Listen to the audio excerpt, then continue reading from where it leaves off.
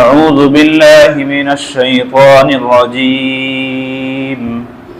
بسم الله الرحمن الرحيم الحمد لله الذي أنزل على عبده الكتاب ولم يجعل له عوجا قيما لينذر بأسا شديدا من لدنه ويبشر المؤمنين الذين يعملون الصالحات أن لهم أجرا حسنا ماكثين فيه أبدا۔ محترم بھائیو، عزیز بزرگوں، یہ سورہ کہف ہے جس کی چند آیتیں میں نے آپ کے سامنے پڑھ کر سنائی ہے۔ اس کی شروعات میں اللہ تبارک و تعالیٰ نے قرآن مقدس کی حقانیت اور قرآن مقدس کے بارے میں چند چیزیں بیان کی کہ تمام تعریفیں اس اللہ کے لیے ہے جس نے اپنے بندے یعنی حضرت محمد صلی اللہ علیہ وسلم پر کتاب نازل کی اور اس میں کسی بھی قسم کی کوئی کمی نہیں ہے۔ اور قرآن کیوں نازل کیا گیا؟ لِيُنذِرَ بَأْسًا شَدِيدًا مِّن لَدُنْهُ، اللہ فرماتے ہیں کہ قرآن کے نزول کا مقصد یہ ہے تاکہ اللہ تعالیٰ اپنی طرف سے بھیجے جانے والے سخت عذاب سے لوگوں کو ڈرائے اور وہ مسلمان جو نیک اعمال کرتے ہیں ان کو خوشخبری سنائے کہ ان لہم اجرا حسنا ماکثین فیہ ابدا، کہ ان کو ان کے نیک اعمال کا بہت اچھا بدلہ ملے گا جس میں وہ لوگ ہمیشہ ہمیشہ رہیں گے، یعنی ہمیشہ ان نعمتوں سے لطف اندوز ہوتے رہیں گے۔ کیونکہ قرآن کے نزول کا دو مقصد ہے کہ جو لوگ اللہ کے احکامات کے خلاف زندگی گزارتے ہیں ان کو عذاب سے ڈرانا، اور جو مومنین قرآن کے مطابق زندگی گزارتے ہیں ان کو ان کے اعمال کا بدلہ اور جنت کی گویا کہ بشارت دینا۔ تو یہ سورہ کہف ہے اور اس کی بہت ہی زیادہ اہمیت اور فضیلت ہے۔ اس کا شارع نزول یہ ہے کہ کفار مکہ مدینہ میں جو یہود تھے ان سے مشورہ کر کے ایک مرتبہ انہوں نے یہ کہا کہ ہمیں کچھ ایسے سوالات بتاؤ کہ ہم اس نبی کو پوچھیں اور ان کو معلوم نہ ہو، تاکہ یہ نبی ان سوالوں کے جواب دینے سے عاجز آ جائیں اور ہمیں ان کو جھٹلانے کا ایک موقع مل جائے۔ تو مدینہ کے یہود نے کفار مکہ کو 3 سوال سکھلائے تھے کہ اس نبی سے جا کر یہ 3 سوال پوچھو، اگر اس کے یہ جواب دے دیتا ہے تو گویا کہ یہ نبی برحق ہے، اور اگر یہ جھوٹا نبی ہوگا تو ان سوالوں کے جواب نہیں دے پائے گا، لہذا تم لوگ ان کو پھر جھٹلا دینا۔ پہلا سوال یہی تھا کہ انہوں نے نبی صلی اللہ علیہ وسلم سے پوچھا کہ بتلائیے روح کیا ہے؟ جسم تو ہم سمجھتے ہیں انسانی جسم، لیکن جسم کے اندر جو روح ہے، روح کی حقیقت کیا ہے؟ پہلا سوال یہ۔ دوسرا سوال انہوں نے پوچھا کہ جو کہف والے تھے، اصحاب کہف، جو لوگ کہف میں اور غار کے اندر روپوش تھے، ان کا واقعہ کیا ہے؟ ان کا قصہ بتلائیے۔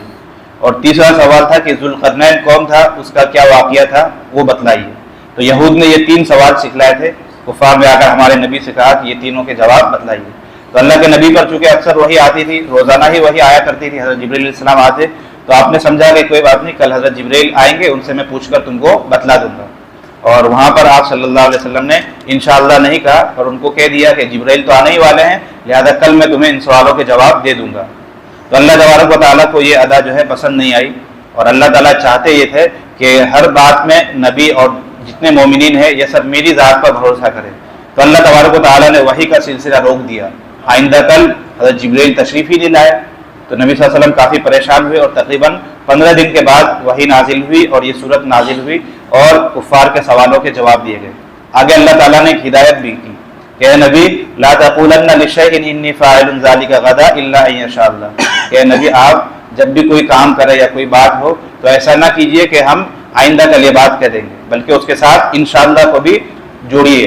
اس سے گویا کہ نبی کے ذریعے سے ہمیں بھی تعلیم دی جا رہی ہے کہ ہم کسی سے کوئی وعدہ کریں یا کوئی بات کہیں تو اس میں انشاءاللہ کو زیادہ سے زیادہ استعمال کریں، کہ کرنے دھرنے والی ذات اللہ کی ہے، ہمارے اختیار میں کوئی چیز نہیں ہے، جب تک اللہ نہیں چاہیں گے یہ چیز نہیں ہوگی، چاہے بظاہر سارے اسباب موجود ہو۔ جیسا کہ یہاں پر دیکھیے جبریل علیہ السلام روزانہ ہی آ رہے تھے، ظاہری سبب موجود تھا، لیکن انشاءاللہ نہ کہنے کی وجہ سے وحی کا سلسلہ ہی روک دیا گیا۔ تو پتہ ہی چلا چاہے ہمارے جیب میں پیسہ ہو، ہر چیز موجود ہو، سارے اسباب مہیا ہو، اس کے باوجود بھی ہمیں اسباب پر بھروسہ نہیں کرنا ہے بلکہ اللہ کی ذات پر بھروسہ کرنا ہے، اور جو بھی بات کہیں یا کچھ بھی ہم کرنے کا عزم کرے، ارادہ کرے تو انشاءاللہ ہم ضرور کہیں۔ اس کی گویا کہ اللہ تعلیم دے رہے ہیں۔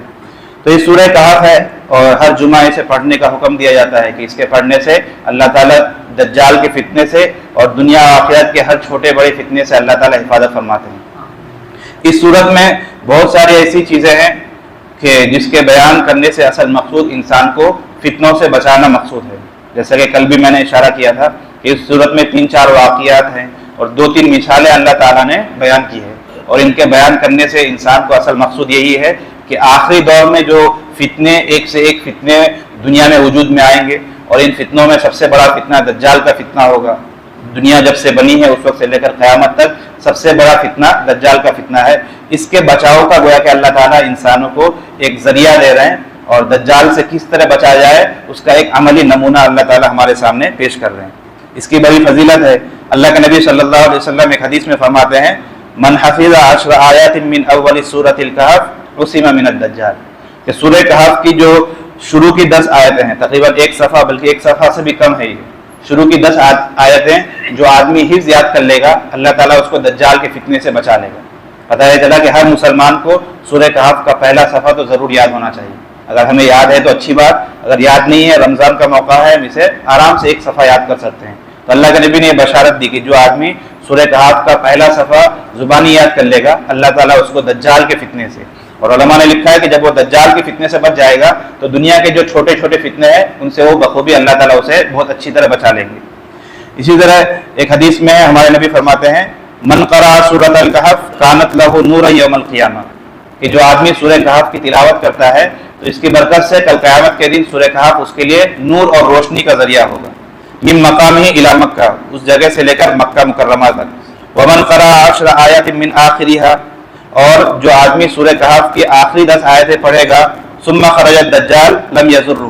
پھر دجال کا اس کی زندگی میں اگر ظہور ہو جائے تو دجال اس کو نقصان نہیں پہنچائے گا۔ پتہ چلا کہ دجال کے فتنے سے اس کے ایمان کی حفاظت ہوگی جو سورہ کہف کی آخری 10 آیتوں کو پڑھے۔ اسی طرح ایک تیسری حدیث ہے، اللہ کے نبی فرماتے ہیں من قرأ سورۃ الکہف یوم الجمعہ، جو آدمی جمعہ کے دن سورہ کہف پڑھے اضاء لہ النور بینہ و بین البیت العتیق، کہ اس سے لے کر بیت اللہ شریف تک ایک نور کی دھاری بنا دی جاتی ہے۔ چوتھی حدیث ہے، اللہ کے نبی فرماتے ہیں من قرأ سورۃ الکہف یوم الجمعہ اضاء لہ النور ما بین الجمعتین، کہ جو آدمی سورہ کہف جمعہ کے دن پڑھے تو اس جمعہ سے لے کر آئندہ جمعہ تک یہ سورہ کہف ایک نور کا ذریعہ بن جاتا ہے، تاکہ پھر اللہ تعالیٰ کے وہ آدمی حفاظت میں چلا جاتا ہے۔ تو یہ سورہ کہف پڑھنے اور خصوصاً جمعہ کے دن پڑھنے کی اور شروع کی 10 آیتیں اور آخر کی 10 آیتیں یاد کرنے کی یہ حدیث میں فضیلت وارد ہوئی۔ سورہ کہف میں بنیادی طور پر 6 باتیں ہیں، 3 واقعہ اللہ تعالیٰ نے ذکر کیا ہے کہ جو کفار نے جو 3 سوال کیے تھے کہ روح کیا ہے، تو روح کے بارے میں سورہ بنی اسرائیل میں کل ہی بات آ گئی، قل الروح من امر ربی، کہ نبی کہہ دیجئے کہ روح، اس کی حقیقت کو تم لوگ نہیں سمجھ سکتے، یہ روح اللہ تعالیٰ کا ایک حکم ہے۔ جب تک اللہ کا حکم انسان کے جسم کے ساتھ رہتا ہے وہ زندہ رہتا ہے، جو ہی اللہ اپنا حکم واپس لے لیتے ہیں تو انسان اس دنیا سے گویا کہ مر جاتا ہے، اس کی روح پرواز ہو جاتی ہے، روح قبض کر لی جاتی ہے۔ تو روح کے بارے میں پچھلے صورت میں اللہ تعالیٰ نے بیان کر دیا ہے کہ قل الروح من امر ربی، کہ روح اللہ تعالیٰ کا ایک حکم ہے، اس کی حقیقت انسان نہیں سمجھ سکتے۔ باقی جو 2 سوال تھے کہ اصحاب کہف کون ہے اور ذوالقرنین یہ کون تھے، تو ان دونوں کو اللہ نے سورہ کہف میں بیان کیا ہے۔ تو پہلا واقعہ اصحاب کہف کا ہے، ام حسبت ان اصحاب الکہف والرقیم کانوا من آیاتنا عجبا۔ اصحاب کہف یعنی غار والے، کہف کے معنی آتا ہے غار۔ اصل میں ایک بادشاہ، بت پرست بادشاہ تھا جو لوگوں کو بت پرستی کی طرف اور اللہ تبارک و تعالیٰ کے ساتھ بتوں کو شریک کرنے کی طرف لوگوں کو بلایا کرتا تھا، اور بہت ہی ظالم بادشاہ تھا کہ جو بتوں کے سامنے عبادت نہیں کرتا اس کو وہ سزا دیا کرتا تھا۔ تو اس بادشاہ کے زمانے میں چند نوجوان تھے جنہیں اپنے ایمان کی فکر ہوئی، اور یہ لوگ اپنے بادشاہ کے ظلم سے بچنے کے لیے علاقے سے اور بستی سے باہر نکل گئے اور ایک غار کے اندر انہوں نے پناہ لی، اور اللہ تبارک و تعالیٰ نے ان لوگوں کے وہاں پر رہنے کا بھی انتظام کر دیا کہ اللہ نے وہاں ان کو سلا دیا، اور تقریباً یہ لوگ 309 سال تک اس غار میں رہے۔ ان کی تعداد کیا تھی تو بتایا جاتا ہے کہ 7 آدمی تھے اور 8واں ان کے ساتھ ایک کتا بھی تھا۔ اور اللہ تبارک و تعالیٰ نے ایسی حکمت کی کہ وَتَرَى الشَّمْسَ إِذَا طَلَعَتْ تَزَاوَرُ عَنْ كَهْفِهِمْ ذَاتَ الْيَمِينِ وَإِذَا غَرَبَتْ تَقْرِضُهُمْ ذَاتَ الشِّمَالِ وَهُمْ فِي فَجْوَةٍ مِّنْهُ، کہ لوگ غار میں تھے، اب اس غار کے اندر دھوپ داخل نہ ہو تو اللہ تعالیٰ نے ایسا انتظام کیا تھا کہ جب دھوپ وہاں سے مشرق سے آتا تھا تو وہ سائڈ ہو جاتا تھا، یعنی غار کے اندر دھوپ نہیں پہنچتا تھا، جس کی وجہ سے ان کو نیند میں خلل نہ ہو یا ان کا جسم جو ہے سلے گڑے نہ۔ اسی طرح وہ غار جو ہے کھلا ہوا بھی تھا کہ اس میں ہوا وغیرہ داخل ہو اور ان کو سانس وغیرہ لینے میں کوئی تکلیف نہ رہے۔ تو خلاصہ کرام یہ ہوا کہ یہ کچھ نوجوان تھے جو ایک بادشاہ کے ظلم سے بچنے کے لیے اور اپنی ایمان کی حفاظت کے لیے ایک غار میں روپوش ہو گئے تھے، اور تقریباً 309 سال تک یہ لوگ اسی غار میں رہے۔ 309 سال کے بعد اللہ تعالیٰ نے اپنی قدرت سے ان کو دوبارہ زندہ کیا اور یہ لوگ نیند سے بیدار ہوئے، تو انہیں بھوک محسوس ہوئی اور انہوں نے آپس میں بات کی، وَكَذَلِكَ بَعَثْنَاهُمْ لِيَتَسَاءَلُوا بَيْنَهُمْ قَالَ قَائِلٌ مِّنْهُمْ كَمْ لَبِثْتُمْ۔ آپس میں لوگ گفتگو کرنے لگے کہ بھائی ہم لوگ غار میں کس وقت کتنے ٹائم سے ہے، کتنا وقت ہوا۔ قَالُوا لَبِثْنَا يَوْمًا أَوْ بَعْضَ يَوْمٍ، وہ لوگ کہنے لگے کہ شاید ایک دن یا آدھا دن ہوا ہوگا، حالانکہ 309 سال کا عرصہ گزر چکا ہے۔ قَالُوا رَبُّكُمْ أَعْلَمُ بِمَا لَبِثْتُمْ، پھر ان میں سے ایک آدمی کہنے لگے، چونکہ یہ لوگ ایمان والے تھے، کہ اب تمہارے رب کو زیادہ معلوم ہے کہ تم لوگ اس غار میں کتنے دن رہے۔ پھر ان لوگوں کو بھوک محسوس ہوئی تو انہوں نے ان کے پاس جو روپیہ پیسہ تھا وہ روپیہ دے کر ایک آدمی کو شہر میں بھیجا اور کہا فَلْيَنظُرْ أَيُّهَا أَزْكَىٰ طَعَامًا فَلْيَأْتِكُمْ بِرِزْقٍ مِّنْهُ وَلْيَتَلَطَّفْ وَلَا يُشْعِرَنَّ بِكُمْ أَحَدًا۔ اور جس آدمی کو، جس دوست کو بھیجا، اسے دو تاکید کی کہ دیکھو بازار میں جا تو رہے ہو، یہ کفار کا محلہ ہے، یہاں پر اکثر لوگ بت پرست ہیں، لہذا ذرا دیکھ بھال لینا کہ کون سا غذا حلال ہے اور کون سا حرام، جو پاکیزہ غذا ہو وہی لینا۔ گویا کہ یہاں پر یہ اصحاب کہف والے اپنے عمل سے بتلا رہے کہ انسان جہاں بھی رہے، جس حالت میں بھی رہے، پاکیزہ اور حلال غذا کی فکر کرنی چاہیے۔ اور دوسرا تاکید کی کہ تھوڑا دیکھ بھال کر کے جانا کہ کہیں بادشاہ کے لوگ تمہیں پہچان نہ لے اور وہ پھر گرفتار نہ کر لے۔ تو جب یہ اس دکان پر گئے اور وہ پرانے زمانے کا سکہ دیا تو دکان والا دیکھا اور اس سے تعجب ہوا کہ یار یہ تو ابھی کا سکہ نہیں، یہ تو پرانے زمانے کی کرنسی ہے۔ تو اس آدمی کو بادشاہ ہوتے ہوتے بات بادشاہ تک پہنچی، اور ابھی جو بادشاہ تھا وہ ایمان پرست تھا اور موحد بادشاہ تھا، ایمان والا تھا۔ تو اس نے ان لوگوں کو پھر اپنے پاس بلایا اور پورے معاملے کی جانچ کی، تو پتہ چلا کہ یہ لوگ 300 سال پہلے سے اس غار میں سو رہے تھے، اور اس بادشاہ کی نظر میں ان لوگوں کی قدر بڑھ گئی، اور اس زمانے میں گویا کہ یہ اسلامی ہیروز کی طرح ان کو پیش کیا گیا، اور جب ان کا انتقال ہوا تو ان کے مدفن کی جگہ بادشاہ نے ایک مسجد کی تعمیر کی۔ تو اللہ تبارک و تعالیٰ نے ان لوگوں کے یعنی کفار کا جواب بھی دے دیا کہ اصحاب کہف جو تھے، غار والے جو تھے، ان کا کیا معاملہ ہوا تھا اور ان کے ساتھ کیا معاملہ پیش آیا تھا، اس واقعے کو بیان کر دیا۔ تو پتہ یہ چلا کہ ہمارے نبی جو بھی بات کہتے ہیں برحق ہوتی ہے۔ اسی طرح اس واقعے سے یہ بھی پتہ چلتا ہے کہ اصل جو چیز ہے وہ ہے ایمان، کہ اگر کبھی ہمیں دنیا اور دین دونوں میں انتخاب کرنے کو کہا جائے، دونوں میں سے کسی ایک کو چوز کرنے کو کہا جائے، تو انسان کو بہر صورت دین کو اور اپنے ایمان کو ترجیح دینی چاہیے، جس طرح اصحاب کہف نے اپنے دین کو اور اپنے مذہب کو گویا کہ ان لوگوں نے ترجیح دی، اور یہ لوگ اس بادشاہ کے ظلم سے اپنے آپ کو بچانے کے لیے ایک غار میں جا کر چھپ گئے تھے۔ تو اس واقعے کو اللہ تبارک و تعالیٰ نے بیان کیا ہے۔ دوسرا واقعہ حضرت موسیٰ علیہ السلام اور حضرت خضر علیہ السلام کا ہے۔ ہم تمام کو معلوم ہے کہ موسیٰ علیہ السلام سے پوچھا گیا، کسی نے پوچھا کہ روئے زمین پر سب سے بڑا عالم کون ہے، تو انہوں نے اپنے علم کے مطابق کہا کہ میں ہوں، اس لیے کہ وہ اللہ کے نبی تھے، بڑے مقرب نبی تھے۔ تو اللہ تعالیٰ کو یہ جملہ پسند نہیں آیا۔ اللہ نے کہا کہ اے موسیٰ تم سے بھی بڑا عالم ایک موجود ہے اور جاؤ اسے تلاش کرو۔ اور حضرت موسیٰ علیہ السلام اپنے بھائی کو لے کر گئے، اپنے خادم کو لے کر گئے اور حضرت خضر علیہ السلام کو تلاش کرنے لگے۔ پورا واقعہ ہے، خضر علیہ السلام کے ساتھ یہ رہے، 3 واقعہ پیش آیا۔ خضر علیہ السلام نے کہہ دیا تھا کہ سوال نہیں کرنا ہے، خاموش رہنا ہے، تبھی آپ کو علم حاصل ہوگا۔ پتہ چلا کہ استاد کے سامنے زیادہ چو چیرا نہیں کرنی چاہیے، استاد جس طرح سمجھائے سمجھنے کی کوشش کرنی چاہیے۔ تو 3 واقعے پیش آئے کہ خضر علیہ السلام اور موسیٰ علیہ السلام کو دریا پار کرنے کی نوبت آئی، تو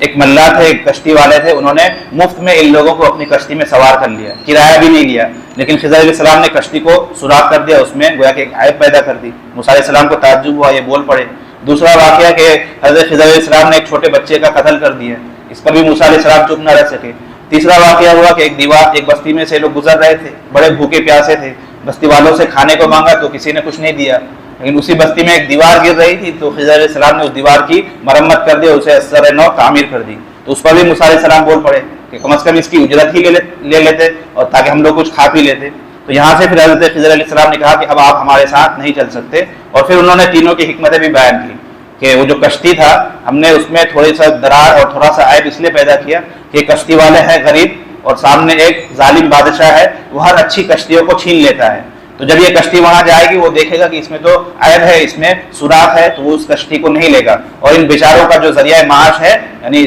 ان کے آمدنی کا اور انکم کا جو ذریعہ ہے وہ باقی رہ جائے گا۔ اس میں یہ حکمت تھی۔ وہ جو چھوٹا بچہ تھا، یہ بڑے ہونے کے اس کے والدین بڑے نیک ہیں، اور اندیشہ یہ تھا کہ یہ بچہ بڑا ہونے کے بعد اپنے والدین کو کفر پر اور شرک پر آمادہ کر لے، تو اللہ تعالیٰ نے فیصلہ کیا کہ اس کو ابھی مار دیا جائے، اس کے بدلے اللہ تعالیٰ ان کے والدین کو اچھی اولاد عنایت کر دیں گے۔ اس میں یہ حکمت تھی۔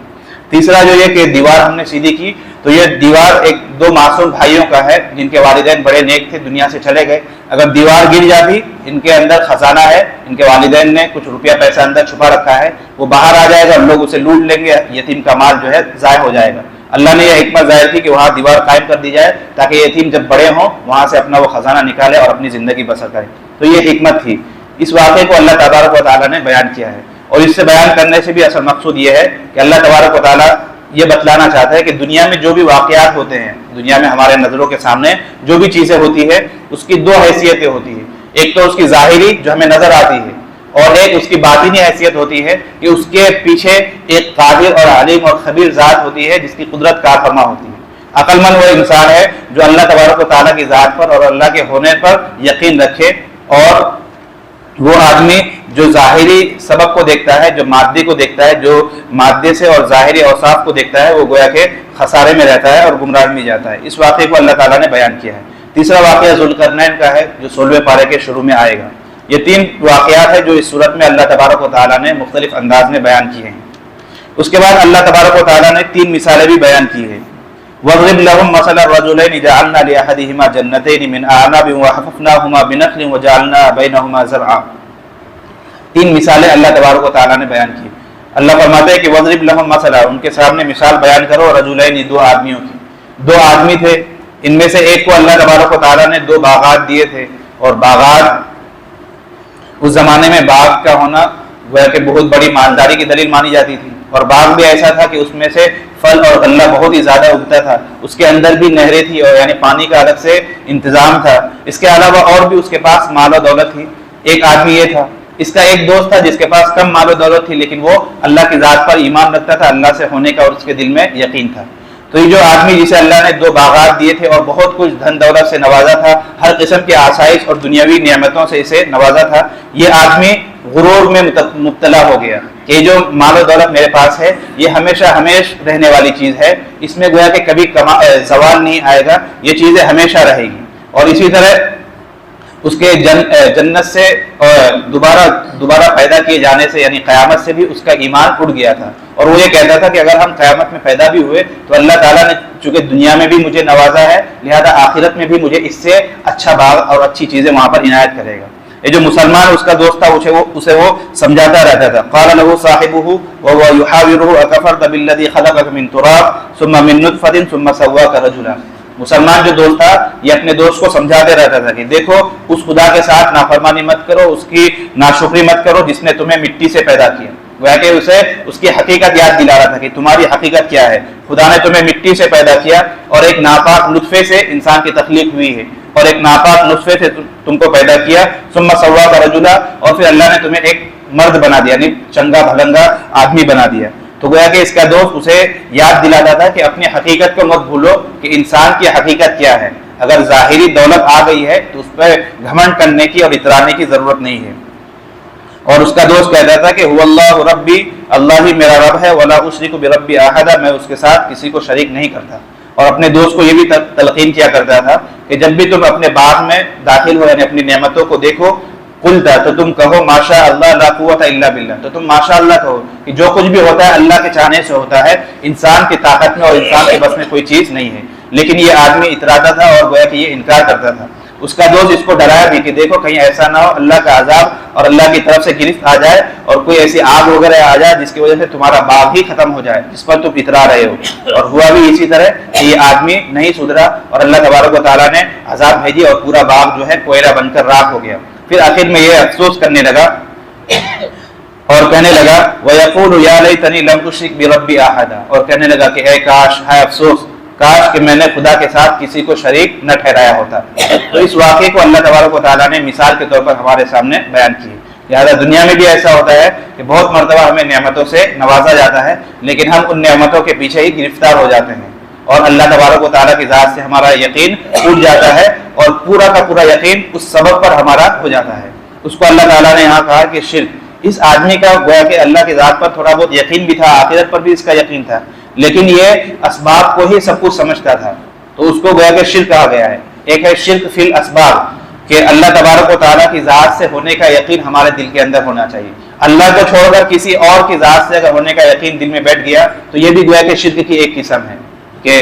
اسباب اختیار کرنے کا حکم تو ہے، توکل کے خلاف نہیں ہے یہ چیز کہ انسان کوئی بھی کام کرنے کے لیے کوئی سبب اختیار کرے، لیکن اس سبب کو ہی مؤثر بالذات سمجھ لینا، اس سبب کو ہی حقیقت سمجھ لینا، یہ گویا کہ شرک ہے۔ ہم اسباب اختیار کریں لیکن ہمارا بھروسہ ہمیشہ اللہ تبارک و تعالیٰ کی ذات پر ہونا چاہیے۔ تو اس واقعے کو اور اس مثال کو اللہ نے بیان کیا ہے۔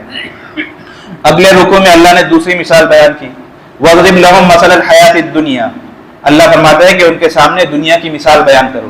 دنیا کی مثال اللہ نے اس طرح بیان کی ہے کہ جس طرح اللہ تبارک و تعالیٰ آسمان سے پانی برساتے ہیں اور وہ پانی سے زمین لہلہاتی ہے، زمین سے فصل اگتی ہے، اور وہ فصل بڑے ہوتے ہوتے بالکل اپنے بہار میں آ جاتی ہے، اپنے کمال کو پہنچ جاتی ہے، جس کو دیکھنے سے بڑا بھلا معلوم ہوتا ہے، لیکن چند دنوں کے بعد ہی وہ فصل پک جاتی ہے، اور پکنے کے بعد پھر کچھ ہی دنوں کے بعد اس کو توڑ لیا جاتا ہے، وہ پھر ریزے ریزو ہو جاتے ہیں، پھر ایسا آخر میں ایسا ہو جاتا ہے کہ ہوا چلنے سے وہ پھوس وغیرہ جو ہے خود بخود اڑنے لگتے ہیں۔ تو اللہ تعالیٰ نے یہ مثال بیان کی کہ اسی طرح دنیا کی جتنی نعمتیں ہیں سب کی مثال ایسی ہی ہے کہ ان نعمتوں میں کبھی کبھی عروج ہوتا ہے، لیکن عروج کے بعد کبھی نہ کبھی یہ نعمتیں ضرور ختم ہو جاتی ہیں۔ دنیا کی نعمتوں کی اور دنیا میں جتنی چیزیں ہیں، چاہے ہماری صحت ہو، جوانی ہو، زندگی ہو، خوشحالی ہو، مالداری ہو، سب چیز ختم ہونے والی ہے، فنا ہونے والی ہے۔ اس کا ایک عروج ہے، لیکن عروج کے بعد زوال بھی ہے، کمال کے بعد زوال بھی ہے، اس کو اللہ تبارک و تعالیٰ نے مثال سے بیان کیا ہے۔ اور آگے اللہ تبارک و تعالیٰ فرماتے ہیں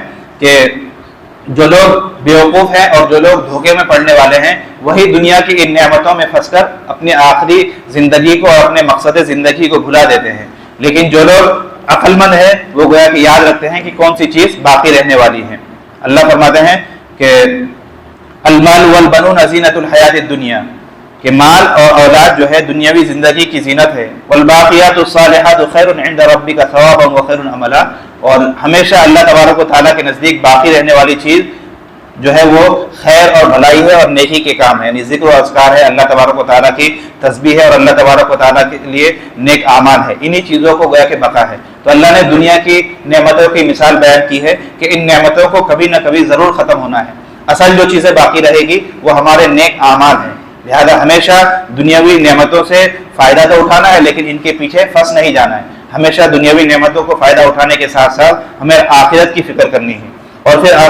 آگے اللہ تبارک و تعالیٰ نے قیامت کی منظر کشی کی ہے اور آخرت کو بیان کیا ہے، وَيَوْمَ نُسَيِّرُ الْجِبَالَ وَتَرَى الْأَرْضَ بَارِزَةً وَحَشَرْنَاهُمْ فَلَمْ نُغَادِرْ مِنْهُمْ أَحَدًا، اللہ فرماتے ہیں کہ جب قیامت قائم ہوگی وہ دن اس قدر سخت ہوگا کہ ہم پہاڑوں کو اڑائیں گے، اسی طرح زمین اپنے اندر کی تمام چیزیں اگل دے گی، زمین کے اندر جتنی دھات ہے، جتنے خزانے ہیں، ساری چیزیں باہر آ جائے گی اور ہر چیز کو اللہ تبارک و تعالیٰ جمع کر دیں گے، فَلَمْ نُغَادِرْ مِنْهُمْ أَحَدًا، کسی کو بھی چھوڑا نہیں جائے گا۔ لہٰذا ہم دنیا میں جو بھی کام کرتے ہیں ہمیں ہمیشہ اس بات کو مد نظر رکھنا چاہیے کہ اللہ کے سامنے ہم تمام کی پیشی ہونی ہے اور وہاں ایک ایک چیز کا گویا کہ اللہ تبارک و تعالیٰ حساب کریں گے۔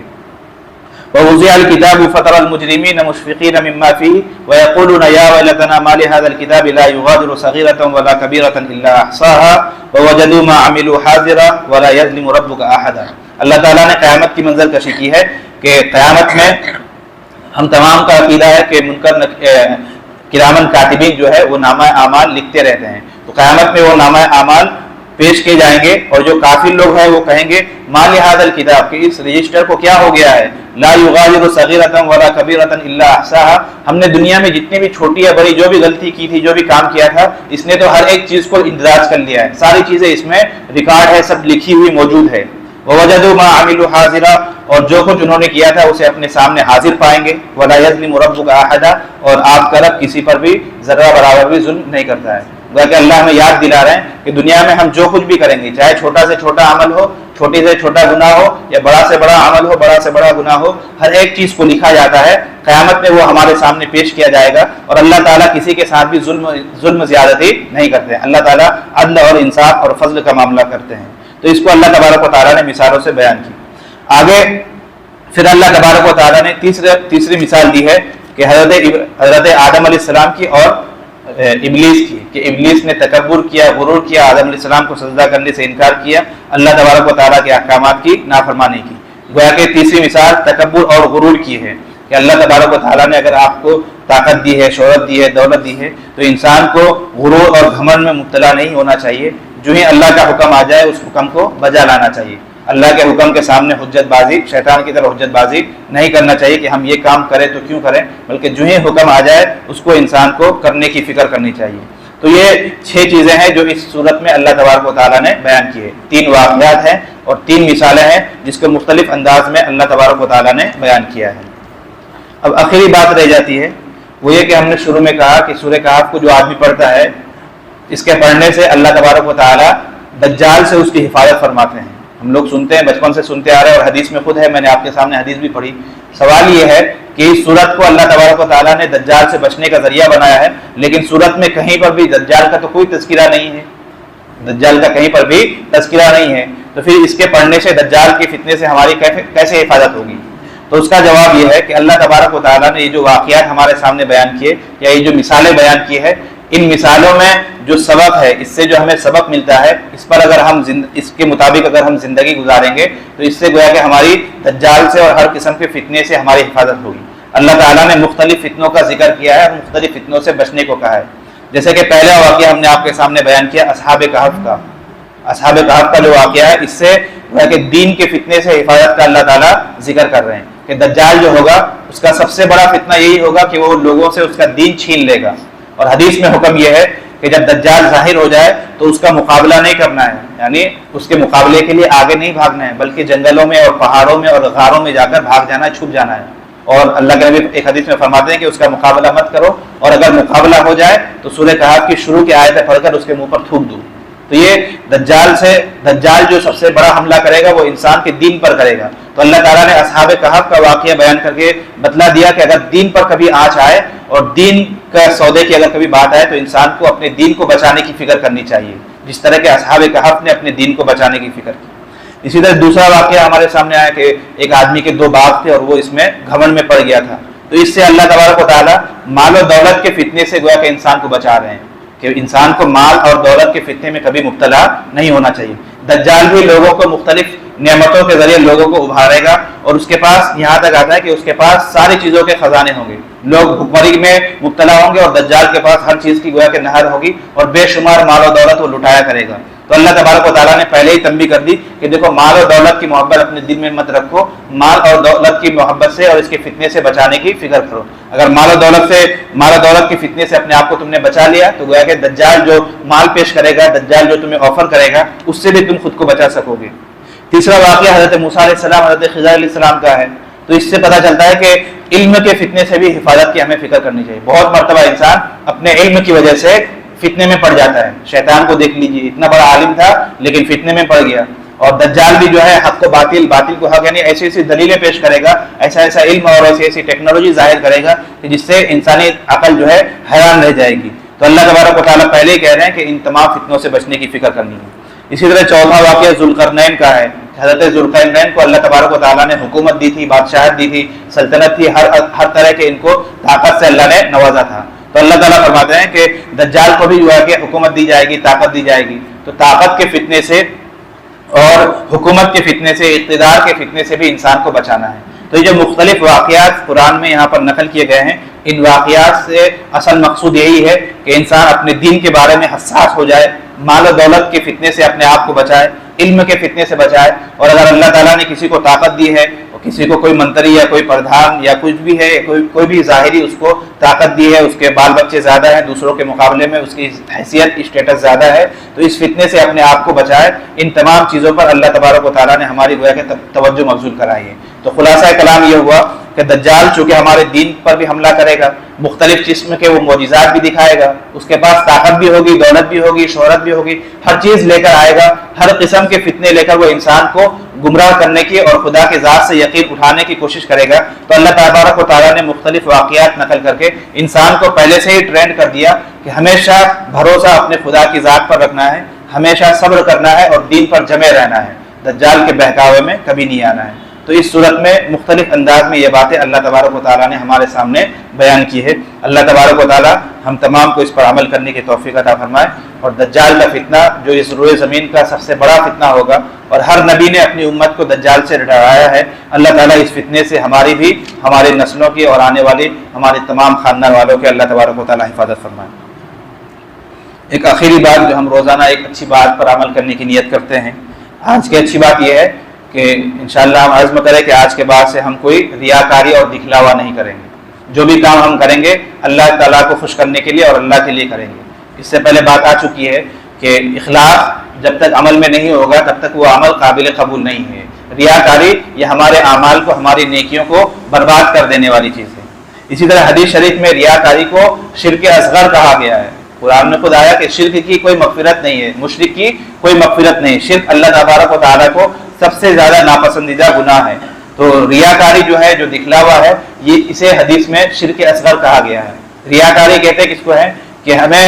مقصود اصل تو اللہ تبارک و تعالیٰ کو یاد کرنا اور اللہ تبارک و تعالیٰ کو خوش کرنا ہے، لیکن انسان کوئی نیک کام کرتا ہے اور اس سے اس کا مقصود یہ ہے کہ لوگ مجھے اچھا کہیں، لوگوں میں میرا ایک نام ہو، یہ تو بہت زیادہ نماز پڑھتے ہیں، یہ تو حاجی صاحب ہیں اور یہ تو بڑے سخی ہیں۔ اگر کوئی آدمی اس نیت سے کوئی عمل کرتا ہے کہ لوگ میرا نام کرے، لوگوں میں میری شہرت ہو، عزت ہو، تو اس کے اس عمل کرنے کا کوئی فائدہ نہیں۔ قیامت میں سب سے پہلے جہنم میں ریاکار کو اور دکھلاوا کرنے والے کو ہی ڈالا جائے گا۔ اللہ تبارک و تعالیٰ ایک جگہ فرماتے ہیں فَمَنْ كَانَ يَرْجُو لِقَاءَ رَبِّهِ فَلْيَعْمَلْ عَمَلًا صَالِحًا وَلَا يُشْرِكْ بِعِبَادَةِ رَبِّهِ أَحَدًا۔ اللہ فرماتے ہیں کہ جس کو اللہ تبارک و تعالیٰ سے ملنے کا یقین ہو تو اسے چاہیے کہ وہ نیک اعمال کرے اور اللہ کے ساتھ کسی کو عبادت میں شریک نہ کرے، یعنی عبادت میں شریک بھی نہ کرے اور اس عبادت کو کسی کو دکھلانے کے لیے بھی نہ کرے۔ اس میں دونوں چیزیں شامل آ گئی۔ اسی طرح ایک حدیث میں ہے، اللہ کے نبی صلی اللہ علیہ وسلم فرماتے ہیں ان اخوف ما اخاف علیکم الشرک الاصغر۔ اللہ کے نبی فرماتے ہیں کہ اے مسلمانوں، تمہارے بارے میں سب سے زیادہ مجھے جس چیز کا خوف ہے، ڈر ہے، وہ ہے شرک اصغر کا۔ یعنی اب تم شرک اکبر میں تو نہیں جاؤ گے، اللہ کے سوا تم مورتیوں کے سامنے تو سر نہیں جھکاؤ گے، اس کا تو مجھے کوئی ڈر نہیں ہے۔ میں نے تمہاری تربیت کر دی، اللہ کا قرآن، اللہ کی حدیث کافی ہے تمہاری ہدایت کے لیے، لیکن مجھے جس بات کا ڈر ہے وہ ہے شرک اصغر کا ڈر ہے۔ صحابہ نے پوچھا قالوا ما الشرک الاصغر یا رسول اللہ، اے اللہ کے نبی شرک اصغر کیا چیز ہے؟ تو اللہ کے نبی نے فرمایا قال الریا، کہ شرک اصغر ریاکاری ہے، اللہ کے علاوہ کسی اور کو خوش کرنے کے لیے، کسی اور کو دکھلانے کے لیے انسان عمل کرے، اسی کو کہا جاتا ہے شرک اصغر۔ یہ بہت ہی بڑی بری بات ہے۔ اسی طرح ایک حدیث میں اللہ کے نبی صلی اللہ علیہ وسلم فرماتے ہیں وعن سعید الخدری رضی اللہ تعالیٰ عنہ قال خرج علینا رسول اللہ صلی اللہ علیہ وسلم ونحن نتذاكر المسيح الدجال فقال الا اخبركم بما هو اخوف عليكم عندي من المسيح الدجال قالوا بلى فقال الشرك الخفي يقوم الرجل فيصلي فيزين صلاته لما يرى من نظر رجل اليه۔ اس حدیث میں اللہ کے نبی فرماتے ہیں، حضرت ابو سعید الخدری رضی اللہ تعالیٰ سے روایت ہے، وہ فرماتے ہیں کہ ہم لوگ ایک مرتبہ بیٹھ کر دجال کے بارے میں تذکرہ کر رہے تھے، دجال کے بارے میں مذاکرہ کر رہے تھے، اتنے میں اللہ کے نبی صلی اللہ علیہ وسلم ہماری مجلس میں تشریف لائے اور نبی نے پوچھا کہ بھائی تم لوگ کس بارے میں بات کر رہے ہو؟ تو ہم نے کہا کہ اللہ کے نبی ہم دجال کے بارے میں بات کر رہے ہیں۔ تو اللہ کے نبی صلی اللہ علیہ وسلم نے فرمایا کیا میں تجھے ایسی چیز کے بارے میں نہ بتلاؤں جو دجال کے فتنے سے بھی زیادہ مجھے جس کے بارے میں ڈر ہے؟ یعنی دجال کا فتنہ بہت بڑا فتنہ ہے، لیکن تمہارے بارے میں مجھے اس سے بھی ایک بری چیز کے بارے میں خدشہ ہے اور اندیشہ ہے اور ڈر ہے، اس چیز کے بارے میں تمہیں اطلاع نہ کروں؟ صحابہ نے کہا کہ ضرور بتلائیے۔ تو اللہ کے نبی نے فرمایا الشرک الخفی، وہ ہے شرک خفی یعنی ریاکاری۔ گویا کہ ہمارے نبی دجال سے تو ہمیں ڈرایا ہی ہے، لیکن دجال سے بھی زیادہ آپ کو جو فکر تھی کہ امت بچے وہ ہے ریاکاری سے۔ اور اللہ کے نبی نے آگے مثال بھی دی کہ ایک آدمی کھڑا ہوتا ہے نماز پڑھنے کے لیے اور اپنی نماز کو بہت اچھے انداز میں پڑھتا ہے، بڑے اطمینان سے، اعتدال کے ساتھ، آداب کی رعایت کے ساتھ پڑھتا ہے، لیکن اس کی نیت یہ ہے کہ دوسرے لوگ مجھے دیکھ کر اچھا کہیں گے، تو اس کا یہ نماز پڑھنا جو ہے بیکار ہو گیا۔ تو ریاکاری بہت ہی بری بیماری ہے۔ اللہ تبارک و تعالیٰ اس سے ہماری حفاظت فرمائے، دجال کے فتنے سے بھی ہماری حفاظت فرمائے، اور جو باتیں ہم نے سنی اس پر عمل کرنے کے اللہ توفیق عطا فرمائے۔ دعا کر لیجیے۔ بسم اللہ الرحمن الرحیم، الحمد للہ رب العالمین، اللهم لا احصي ثناء عليك انت كما اثنيت على نفسك، ربنا آتنا في الدنيا حسنة وفي الآخرة حسنة وقنا عذاب النار۔ العالمین ہم تمام کے گناہوں کو معاف فرما۔ العالمین ہم جیسے بھی ہیں لیکن تیرے پاک پیغمبر صلی اللہ علیہ وسلم کی امتی ہیں، اپنے حبیب کے صدقے ہم تمام کے گناہوں کو معاف فرما، ہمارے حال پر رحم فرما۔ اے اللہ رمضان کے مقدس مہینے میں جو کچھ بھی ٹوٹی پھوٹی عبادتیں ہم سے ہو رہی ہے، اے اللہ اس میں اخلاص کی دولت نصیب فرما۔ الہ العالمین ان اعمال میں وزن پیدا فرما، ان تمام کو قبول فرما۔ الہ العالمین ریاکاری سے، دکھلاوے سے، شرک اکبر سے، شرک اصغر سے، ہر ایک بیماری سے ہم تمام کی حفاظت فرما۔ اے اللہ دجال کے فتنے سے ہماری اور ہمارے آنے والے نسلوں کی حفاظت فرما۔ قرآن کے مطابق زندگی گزارنا آسان فرما۔ ہماری دعاؤں کو نبی کریم صلی اللہ علیہ وسلم کے صدقے فیض قبول فرما۔ وصلی اللہ علی خیر خلقہ وآلہ وصحبہ وذریاتہ اجمعین برحمتک یا ارحم الراحمین۔